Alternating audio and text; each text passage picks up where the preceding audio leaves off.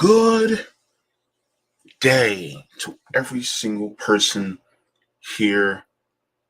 Welcome to the Jaybefaunt channel. I'm your host, James Fauntleroy. It's so good to see all of you today. The Jaybefaunt channel is available on all major podcast platforms like Anchor, Apple, Spotify, and Google Podcasts, so you can subscribe to me there.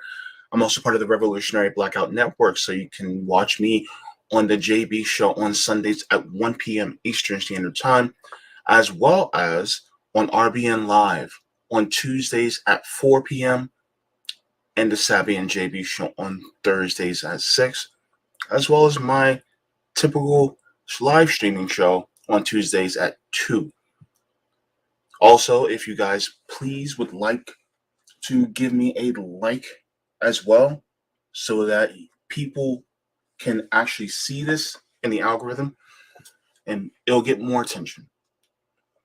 Also, thanks to all the patrons on Patreon, as well as Coffee, as well as members, and anyone who sends me any type of mutual aid to assist. I appreciate it from the top and bottom of my hearts. So it's so good to see all of you here as well. Now, we're doing the reading again. We're doing the reading of the autobiography of Assata Shakur. We're going to be continuing in chapter 3. I'm cutting this in 2 parts. I'm doing chapter 3 part 1 and chapter 3 part 2. The reason why is because if I read the entire chapter, it'll probably be in 90 minutes of reading, which is kind of long for a reading, right? And our attention span only lasts so long. And, plus it can get very exhausting reading that much in one stream. So for that, I'll be reading half now, and then I'll read the second half as a part 2 as well. So yeah, this is going to be a really good one. And this is really the beginning of Assata's prison experience. It's very interesting to hear her prison experience, especially in the early 70s, as what she was going through. This somewhat either parallels or predates, it postdates, Blood in My Eye by George Jackson. Now, if you guys would like to hear me read Blood in My Eye by George Jackson, you can go to my Rockfin channel. I'm exclusively reading it on there because this was too spicy for YouTube. But if you guys want to hear this, Rockfin. Okay. So if you guys want to hear Blood in My Eye. But she does mention George Jackson in her autobiography. So listen out for that as well. And also, if you've been incarcerated, either jail or prison, was your experience similar to hers? How was it? Put that also down in the comments as well, because I'm actually kind of curious to see what your experience has been. Has it been similar to Assata's? Has it been better? Has it been worse? Have you been in solitary confinement? What was your experience? Because the thing is that your voice also needs to be heard, because you are also victims of the carceral state in many ways. So I would like to get that as well. Anywho, I'm excited. Let's get to the reading, and we'll be reading from pages 45 to page 57. So page 45 to 57 of Assata Shakur's autobiography. Okay. Let's begin. Chapter 3. It seemed like the middle of the night. Someone was calling me, waking me up. What did they want? Suddenly, I was aware of all kinds of activity. Police, the crackling of the walkie-talkies. The place was buzzing. Here, put this on, one of them said, handing me a bathrobe. What's going on? I asked. You're being moved. Where am I being moved to? You'll find out when you get there. A wheelchair was waiting. I figured they were taking me to jail. There was a caravan of police cars outside the hospital. It looked like I was going to be in a parade again. The ride was pleasant. Just look at Just looking at the houses and trees and people passing by and the cars was good. We arrived at the prison at sunrise in the middle of nowhere. It was an ugly 2-story brick building. They pushed me up the stairs to the second floor. I was put inside a cell with 2 doors. The door of bars was on the inside, and directly outside was a heavy metal door with a tiny peephole that I could barely see through. The cell contained a cot with a rough green blanket on it and a dirty white wooden bench with 100 names scratched on it. Adjacent to the cell was the bathroom and a sink, a toilet, and a shower. Hanging above the sink with the bathroom was a pot or pan. It was supposed to serve as a mirror, but I could barely see myself in it. There was one window covered by 3 thick metal screens facing a parking lot, a field, and in the distance, a wooded area.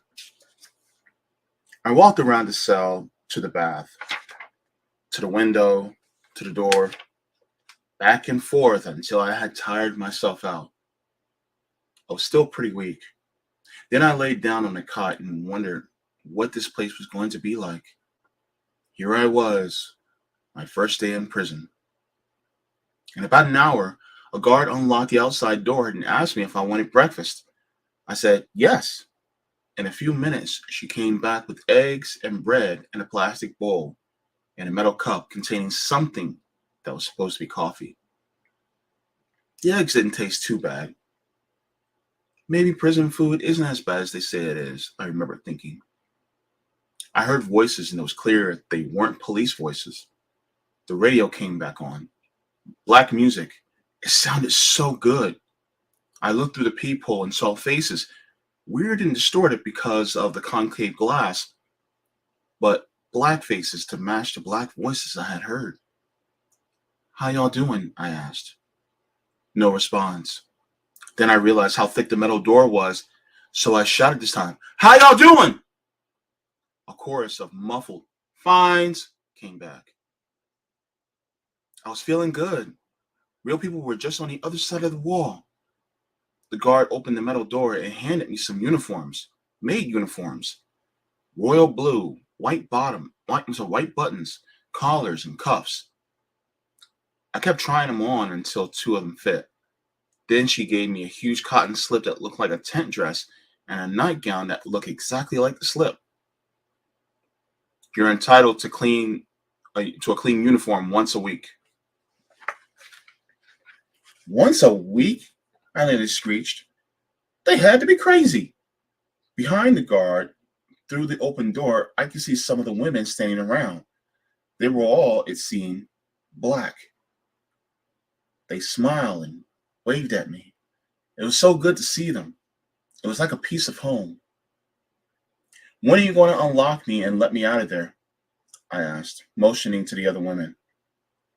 The guard looked surprised. "I don't know. You have to ask the warden." "Well, when can I see the warden?" I pushed. "I don't know." "Well, why am I being locked in here? Why can't I go out there with the other women?" "I don't know." "When can they let me out?" "We were told you were to remain in your room." "Well, how long am I supposed to stay locked up in here like this?" "I don't know." I saw it was useless. "Would you please let the warden or the sheriff that I would like to see him?" I requested. The guard locked the door and was gone. The metal door was unlocked again. An ugly, shriveled white woman stood in front of the bar. "My name is Mrs. Butterworth, and I am the warden of the women's section of the workhouse." She reminded me of a dilapidated horse. Damn. "Well, Joanne, is there something I can do for you?" I didn't like her looks or her tone of voice, but I decided to ignore that for the moment and get down to business at hand. "When can I be unlocked for this cell and go outside in the big room with the other women?" "Well, I don't know, Joanne. Why do you want to go out there?" "Well, I don't want to stay here all day, locked up by myself." Why, Joanne? Don't you like your room? It's a very nice room. We had it painted just for you. That's not the point, I said. I'd like to know when I would be able to be with the other women. Well, Joanne, I don't know when you'll be able to come out. You see, we have to keep you in here for your own safety because there are threats on your life. You know, Joanne, she said, lowering her voice like she was speaking confidentially. Cop killers are not very popular in correctional institutions. Have any of the women here made any threats against me? Well, I don't know, but I'm sure they have. I'll bet, I said to myself. Nobody has threatened my life. They just don't want to let me out of here. Well, Joanne, the important thing is for you to behave and to cooperate with us so that we'll be able to send a good report to the judge. It's important for our girls to behave like ladies. This woman was making me sick. Did she think I was a fool enough to believe that either she or the judge was going to help me in any way? But it was the superior sounding tinge to her voice that really ticked me off. Butterworth, is it? I asked. What's your first name? Why, I never tell my girls my first name. I'm not one of your girls. I'm a grown woman. Why don't you tell people your first name? Are you ashamed of it? No, Joanne. I'm not ashamed of my name. It's a matter of respect. I am the warden here. My girls call me Mrs. Butterworth, and I call them by their first names. Well, you haven't done anything for me to respect you for. I give people respect when they earn it. Since you won't tell me your first name, then I won't then I want you to call me by my last name. You can either call me Miss Shakur or Miss Cherismart. I'm not going to call you by your last name. I'm going to continue calling you Joanne. Well, that's okay by me. If you can stand me calling you Miss Bitch.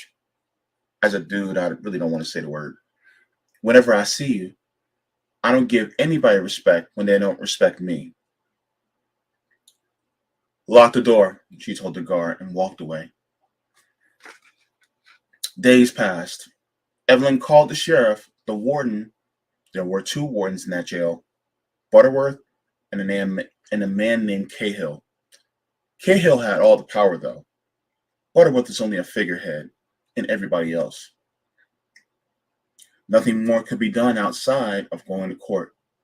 I had little to no feeling in my right arm. I knew I needed physical therapy if I was ever to use it again. I had learned to write with my left hand, but that was no substitute. I needed a more specific diagnosis of exactly what had been damaged before I would know whether or not I would ever use it again, even with this physical therapy. Isolation was driving me up the walls. I needed materials to write and to draw, paint, or sketch. All my utensils, all my requests went unheeded. I was permitted nothing, including peanut oil and a small ball to aid movement in my arm. When the jail doctor examined me, I asked him about my arm. Why, we doctors aren't God, you know. There's nothing anyone can do when someone is paralyzed. But then said, but they said I might get better, I protested. Oh, yes, and the physical therapist at Roosevelt Hospital said that some peanut butter oil might help. Peanut oil? He asked, laughing. That's a good one. I can't write a prescription for that now, can I? My advice to you is just forget about all that stuff. You don't need any of it. Sometimes in life, you just have to accept things that are unpleasant. You'll still have one good arm.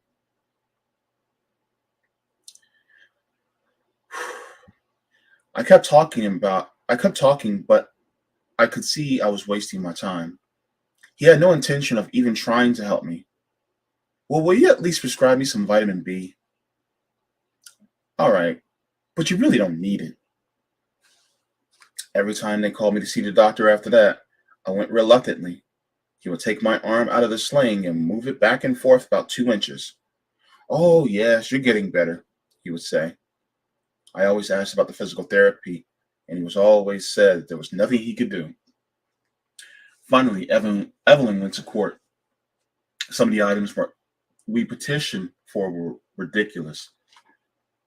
In addition to physical therapy and nerve tests, we asked for peanut oil, a rubber ball, a rubber grip, books, and stuff to draw or paint with.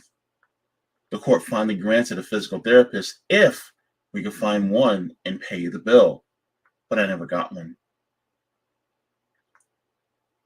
It seems that no physical therapist in Middlesex County was willing to come to prison to treat me, and only a physical therapist from Middlesex County was permitted. But I did get the peanut oil and the grip, and in a short time, I had a whole physical therapy program worked out. I was receiving a lot of mail from all over the country. Most of it came from people I didn't know, mostly militant black people, either in the streets or in prison.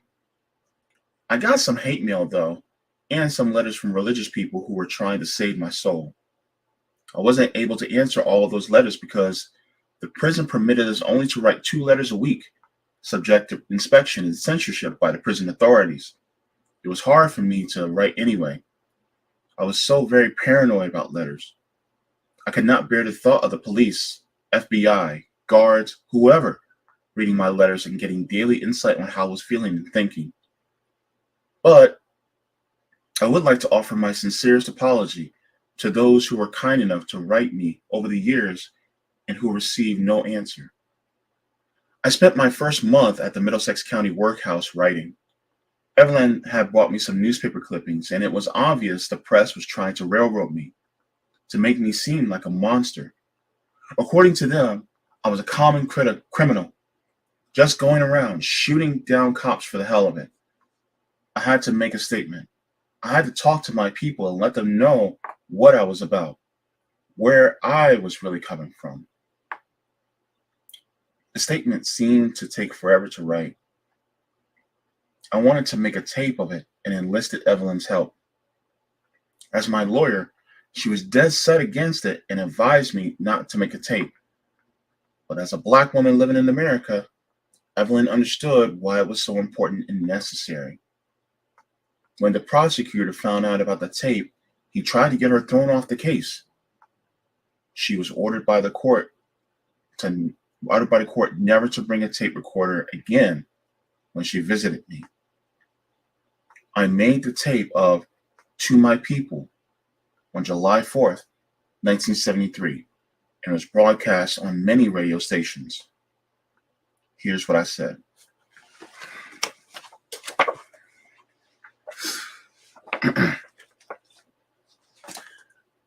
Black brothers and sisters, I want you to know that I love you, and I hope that somewhere in your hearts you have love for me. My name is Assata Shakur, slave name Joanne Cherismard, and I am a revolutionary, a black revolutionary.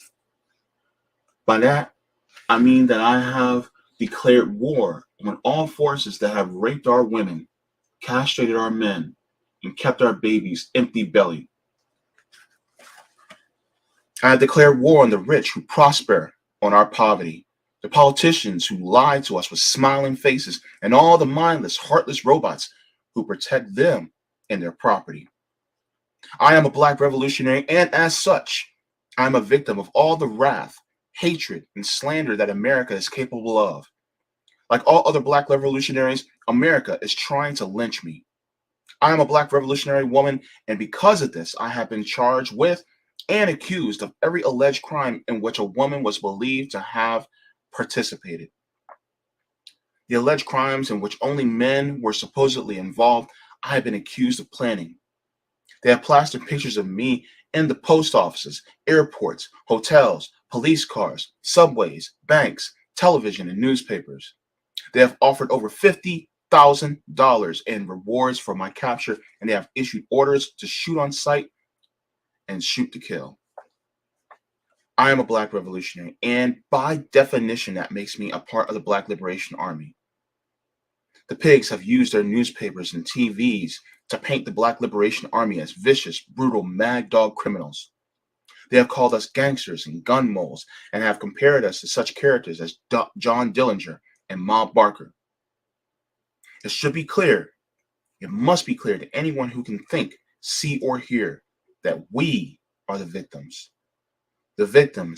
and not the criminals. It should also be clear to us by now who the real criminals are. Nixon and his crime partners have murdered hundreds of third world brothers and sisters in Vietnam, Cambodia, Mozambique, Angola, and South Africa. It was proved by Watergate. The top law enforcement officials in this country are a lying bunch of criminals.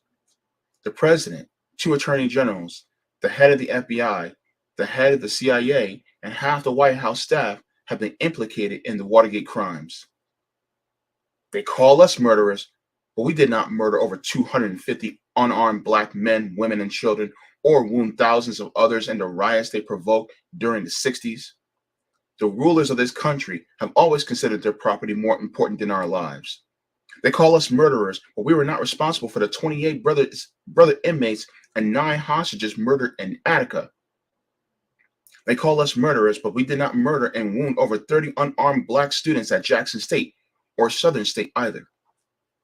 They call us murderers, but we did not murder Martin Luther King Jr., Emmett Till, Medgar Evers, Malcolm X, George Jackson, Nat Turner, James Chaney, and countless others. We did not murder by shooting in the back 16-year-old Rita Lloyd, 11-year-old Ricky Bowden, or 10-year-old Clifford Glover. They call us murderers, but we did not control or enforce a system of racism and oppression that systemically murders Black and third world people. Although Black people were supposedly comprised about 15% of total American population, at least 60% of murder victims are Black. For every pig that is killed in so-called line of duty, there are at least 50 Black people murdered by the police. Black life expectancy is much lower than white, and they do their best to kill us before we are even born. We are burned alive in fire-trapped tenements. Our brothers and sisters OD daily from heroin and methadone. Our babies die from lead poisoning. Millions of Black people have died as a result of incidental medical care. This is murder, but they have got the gall to call us murderers. They call us kidnappers, yet Brother Clark Squire, who is accused, along with me, of murdering a New Jersey state trooper, was kidnapped on April 2nd, 1969 from our Black community and held on $1 million ransom in the New York Panther 21 conspiracy case. He was acquitted on May 13th, 1971, along with all the others, of 156 counts of conspiracy by a jury that took less than 2 hours to deliberate. Brother Squire was innocent, yet he was kidnapped from his community and family. Over 2 years of his life was stolen, but they call us kidnappers. We did not kidnap the thousands of brothers and sisters held captive in America's concentration camps. 90% of the prison population in this country are Black and third world people who can afford neither bail nor lawyers. They call us thieves and bandits. They say we steal. But it was not us who stole millions of Black people from the continent of Africa. We were robbed of our language, of our gods, of our culture, and of our human dignity, of our labor, and of our lives. They call us thieves, yet it was not we who ripped off billions of dollars every year through tax evasions, illegal price fixing, embezzlement, consumer fraud, bribes, kickbacks, and swindles. They call us bandits, yet every time most Black people pick up our paycheck, we are being robbed. Every time we walk into a store or in our neighborhood, we are being held up. And every time we pay our rent, the landlord sticks a gun into our ribs. They call us thieves, but we did not rob and murder millions of Indians by ripping off their homeland, then calling ourselves pioneers. They call us bandits, but it is not we who are robbing Africa, Asia, and Latin America of their natural resources and freedom while people live there and are sick and starving. the rulers of this country and their flunkies have committed some of the most brutal, vicious crimes in history. They are the bandits. They are the murderers, and they should be treated as such. These maniacs are not fit to judge me, Clark, or any other black person on trial in America. Black people should and inevitably must determine our destinies. Every revolution in history has been accomplished by actions, although words are necessary. We must create shields that protect us and spears that penetrate our enemies. Black people must learn how to struggle by struggling. We must learn by our mistakes. I want to apologize to you, my black brothers and sisters, for being on the New Jersey Turnpike. I should have known better. The Turnpike is a checkpoint where black people are stopped, searched, harassed, and assaulted. Revolutionaries must never be in too much of a hurry or make careless decisions. He who runs when the sun is sleeping will stumble many times.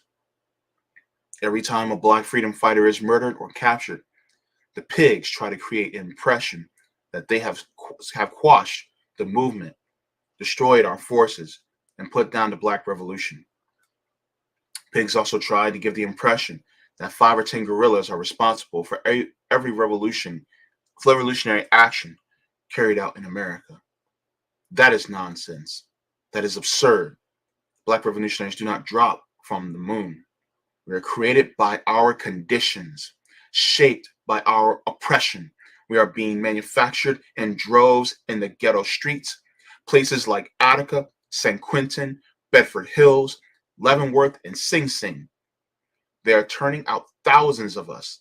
Many jobless black veterans and welfare mothers are joining our ranks. Brothers and sisters from all walks of life who are tired of suffering passively make up the BLA.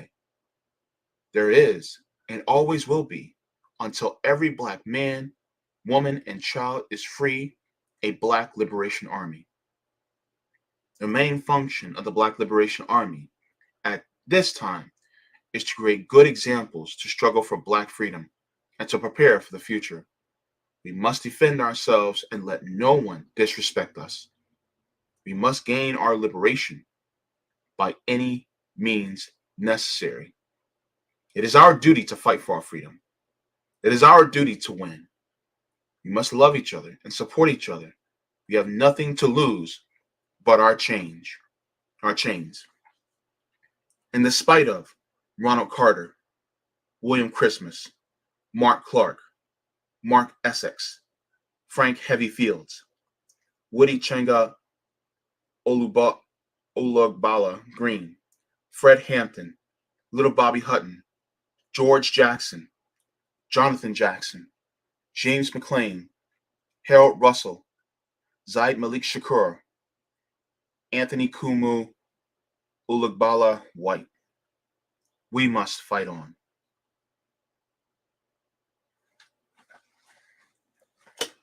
The workhouse had a whole heap of rules, most of them stupid. No newspapers or magazines were permitted. When I asked why we couldn't read newspapers, they told me that the newspapers were inflammatory. Obviously, if a person in a newspaper, obviously, if a person read in the newspaper that his or her sister had been raped, he would wait until the rapist came into jail, then do bodily harm. But I protested. The other inmates watched television and listened to radio. I wasn't allowed either. They could receive the same information that way or visit from home. In that case, the warden told me, we don't let you read the newspapers because they're a fire hazard. One of the savage rules prohibited children from visiting their mothers in jail. I could see these children waiting outside, looking up at that ugly old building with sad, frustrated faces. Their mothers would run to the only window that faced the parking lot just to get a glimpse of their children. Yelling out the window was a no-no, but once in a while, somebody would get carried away. Sometimes their frantic screams went unheard. Gradually, I began to know the women. They were all very kind to me and treated me like a sister. They laughed like hell when I told them that I was supposedly being protected from them. Those first days, before I had really learned to maneuver with one hand, they did whatever they could to make things easier for me. They volunteered to iron my uniforms and sneak them into the laundry to be washed more than once a week. When they told me their charges and the time they were doing, I couldn't believe it. This is going to be the hard part.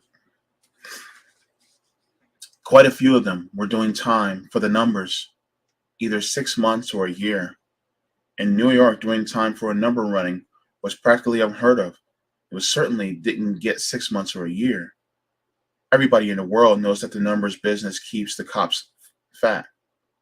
These women hadn't hurt anybody or stolen anything, yet they were sitting in jail, probably busted by the same cops that they paid off. Their only crime was competing with the state lottery. Most of them had already been sentenced. If the sentence was less than a year, time was served in the county jail rather than the state penitentiary. If I had expected to find so-called hardened criminals or big-time female gangsters or gun moles in the workhouse, I would have been sadly disappointed. The rest of the women who weren't doing time for the numbers were in for some petty theft, like shoplifting or passing bad checks.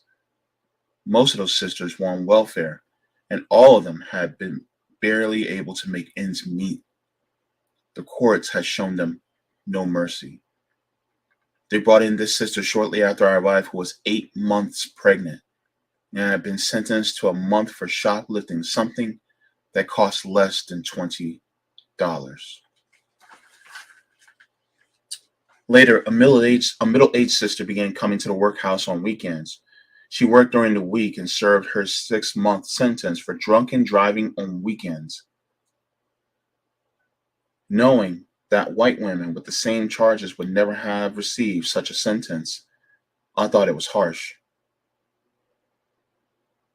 But I didn't realize how harsh until she told me that she had been arrested for drunk driving in the driveway of her own house. She hadn't even been on a public road.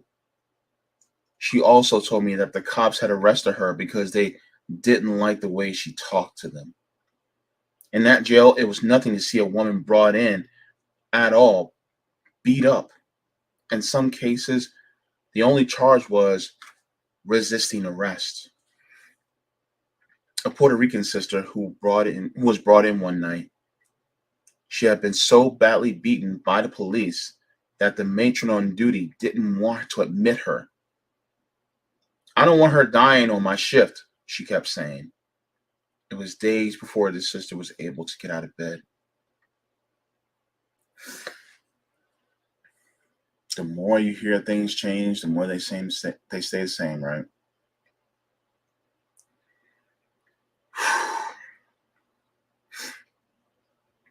In spite of it all, those sisters kept the place jumping. They told all kinds of funny stories about their lives, things they had seen and experienced. Some had a natural knack for comedy. What amazed me was the way they told the saddest stories in the world and made everybody laugh about them. "Girl, that nigga was always in my pocketbook stealing my money, and all he did with it was blow it at the racetracks. Girl, that man spent so much money on the racetracks, he made me wish I was a horse. One day, I fixed his ass, though. I was sick and tired of his mess. Bet you he won't go in nobody's pocketbook no time soon. I put a mousetrap in that sucker. Girl, you should have heard that nigga howl."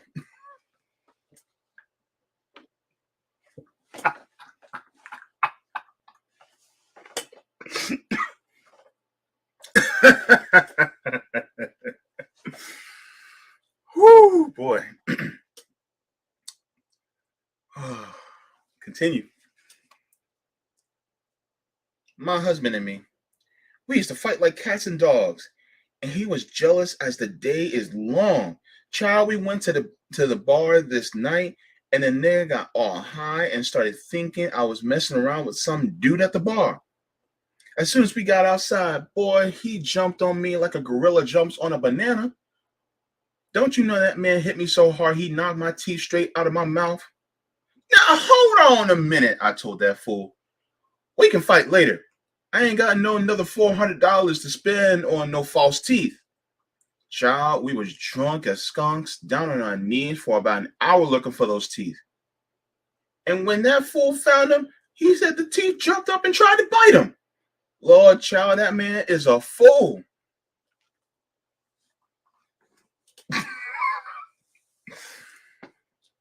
Look, just to pause right here. Black people are funny as hell. We are. We are hilarious. Think of the 5 best comedians you've ever heard. I bet you 3 of them are going to be black. 3, maybe 4.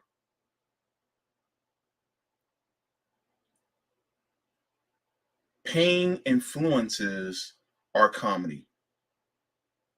The way we can laugh at ourselves, the way we can joke about things, is because of all the pain we experienced.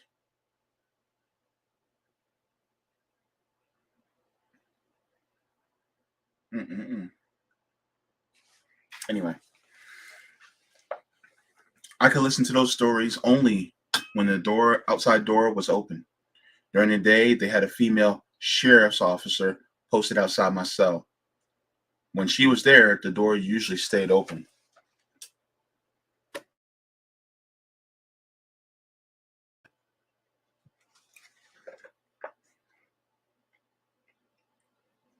The whole time I was in that jail, I saw very few white women.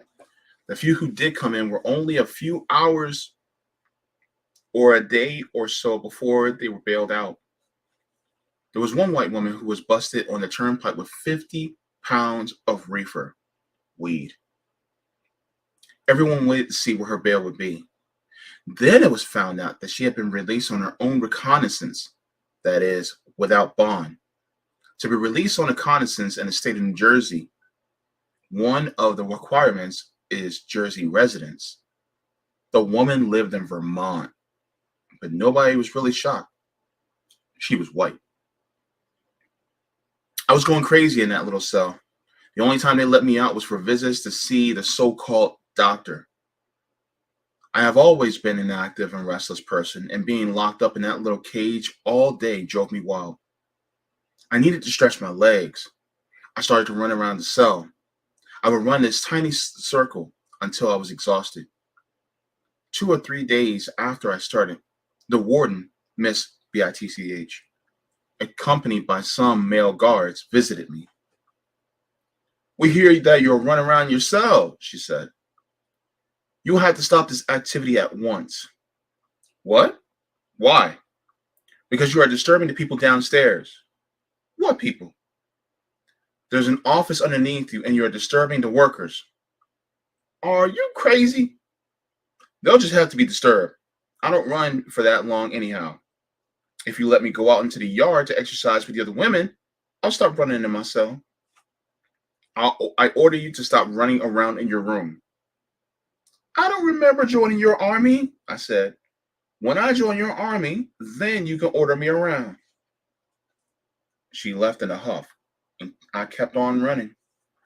That was the end of that. Woo, the sass. I love it. Spicy Assata is the best Assata.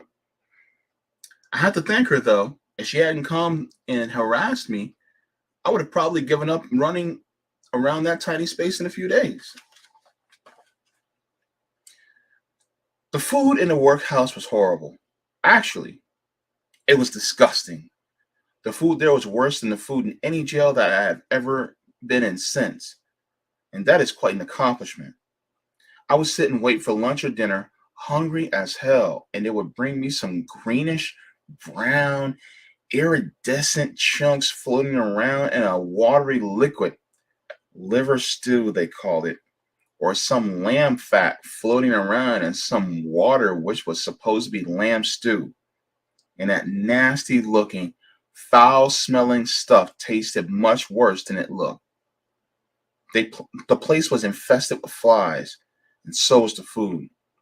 The only thing edible was eggs, when they had them, and mashed potatoes. I lived off nuts and candy I brought from the commissary and the fruit my family brought on visits. These days, they can't bring you food. They can't bring anything like that in. And so, as far as people who are in jail and prison, the only way that you can bring something or give something to someone who is an inmate in jail or prison is through these super expensive programs where you have to go online, choose what you want to get to them, and then they get that in the jail or commissary. And some of them include snacks and food. Some things are microwavable, as well as toiletries. So even the toiletries, like those, it's all corporate. It's all corporate. Like a corporation owns this company, and you have to purchase through them, and they can send these packages, these care packages, to prison for you. You can't give them anything at all. It's sad, but that's the way things are now. And it's all for profit. And when you think about prisons and jail, you think about not just the commissaries, you think about, what I just told you guys about, these care packages. You also think about the telephone service. You have to pay so many dollars per minute, and it's extremely expensive just to get a call from jail or prison. Meanwhile, all of us who are on the outside, some of us have, well, I think most of us now have unlimited plans on our phones. We don't need to, and it's cheaper to pay for our phones than to pay for these 15-minute calls that cost $5, $6 per call. And you have to reload it all the time. It's crazy. It's ridiculous. But that's the prison industrial complex. And this is what Assata Shakur is talking about.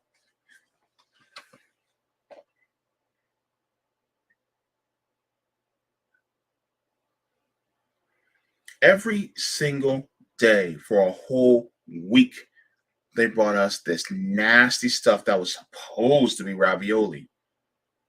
Well, that was the last straw. We all decided to go on a food strike. I wrote a petition, which everybody signed, and we went down to the warden's office. Later, the warden agreed to discuss making the food more edible, but he refused to talk to me. He said the fact that I referred to the food as slop showed I was unreasonable.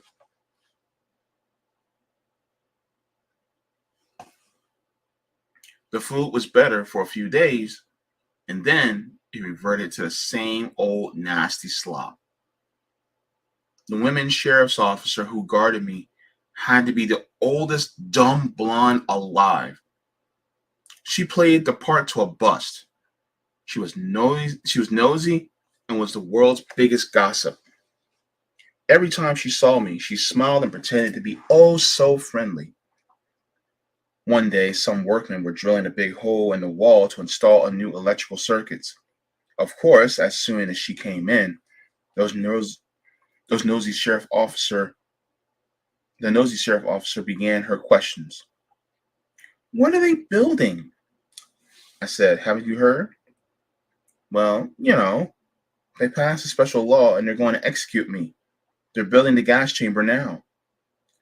Well, she said indignantly. Well, nobody told me about it. And she rushed off to find why nobody had informed her.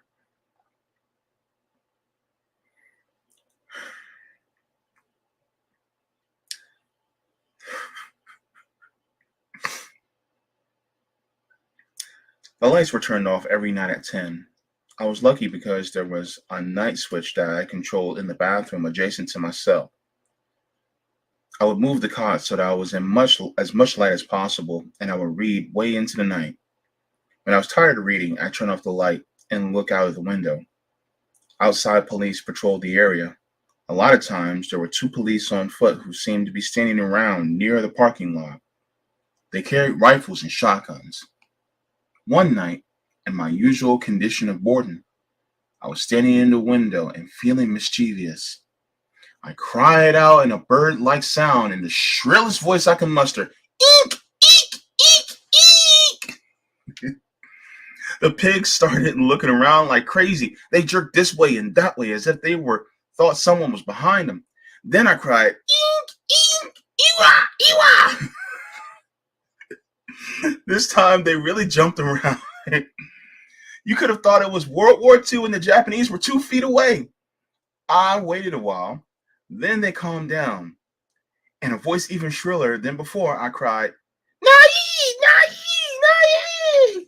They pointed their guns and actually walked backward, prepared to fire at anything moving.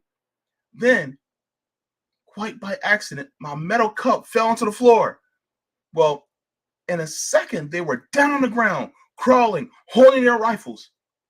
When I saw these fools crawling around on the ground like that, I couldn't take it anymore. I laughed until I was sick.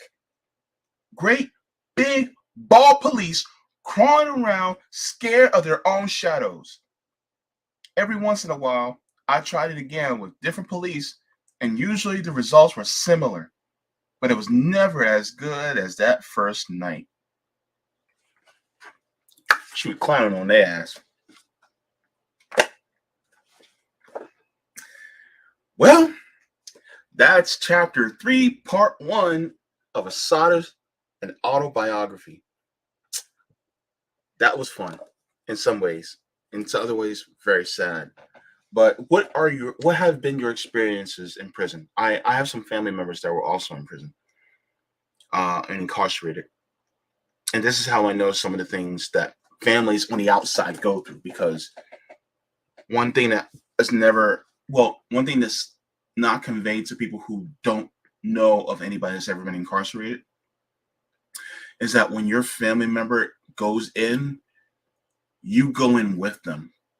Not physically, but emotionally and mentally, you're also incarcerated with them because your heart's with them. You're always thinking about them. You're always worried about their safety because you know how these places are. And you're not just scared for the other inmates. You're not just scared of the other inmates and what they could do to your loved one, but also by the guards. You're scared of the correctional officers, the corrections officers that are in these prisons too, because they can also be very abusive. So you're scared of what is done to your loved one in there. And a lot of times our loved ones are in there for petty things, things that they don't even need to be in prison for. So that's the way it is. And that's one of the reasons why we have to rethink public safety in the way that we know it. Before I go, I'm going to share my screen really quick, just for anybody that's new, that's watching, that has never watched a reading or any one of my shows, so that you guys can see this website and what I mean by police abolition, ending the carceral state, because it's also very important for us to focus in on, because it happened to Assata Shakur as well as so many other people. So if you guys aren't familiar with 10 for Justice, I recommend you guys go to the site to learn more about the road to abolition and defunding the police, called 10 Demands for Justice, the Road to Abolition.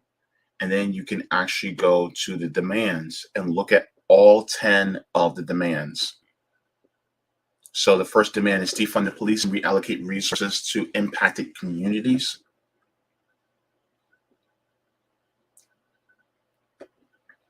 The second is to demilitarize the police.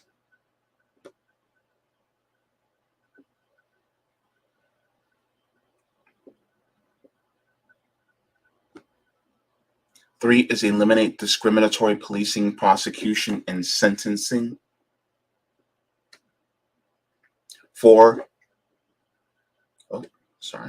is institute complete law enforcement transparency and accountability.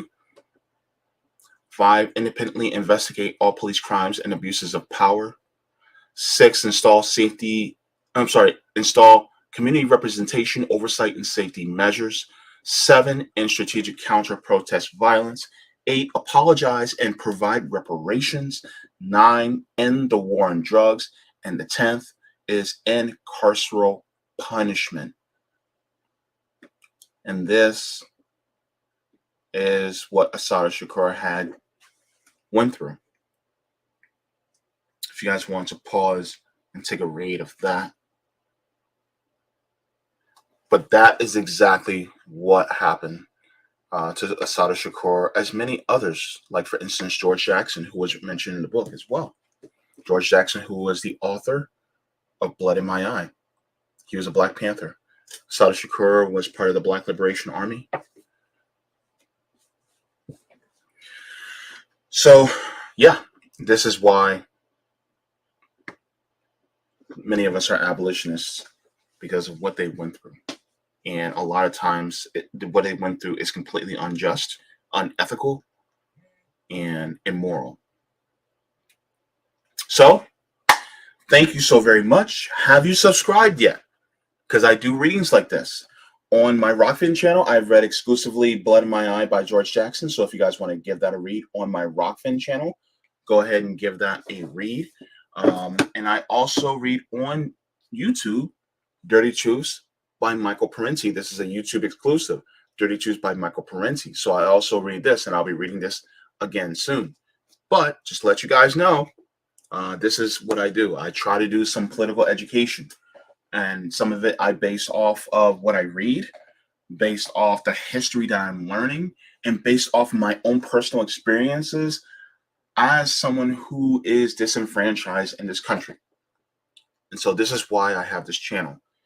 And if you guys would like to contribute to my Ko-fi or Patreon, or give me some mutual aid via different platforms, that is also in the description as well below. And I thank you in advance for anything that is, done, as well as any just kind words and words of encouragement are also very welcome, and I appreciate it so much. So that, and also, did you like the stream? Because the algorithm does not like me, and people like me. So if you guys make sure to give this a like as well. Did you?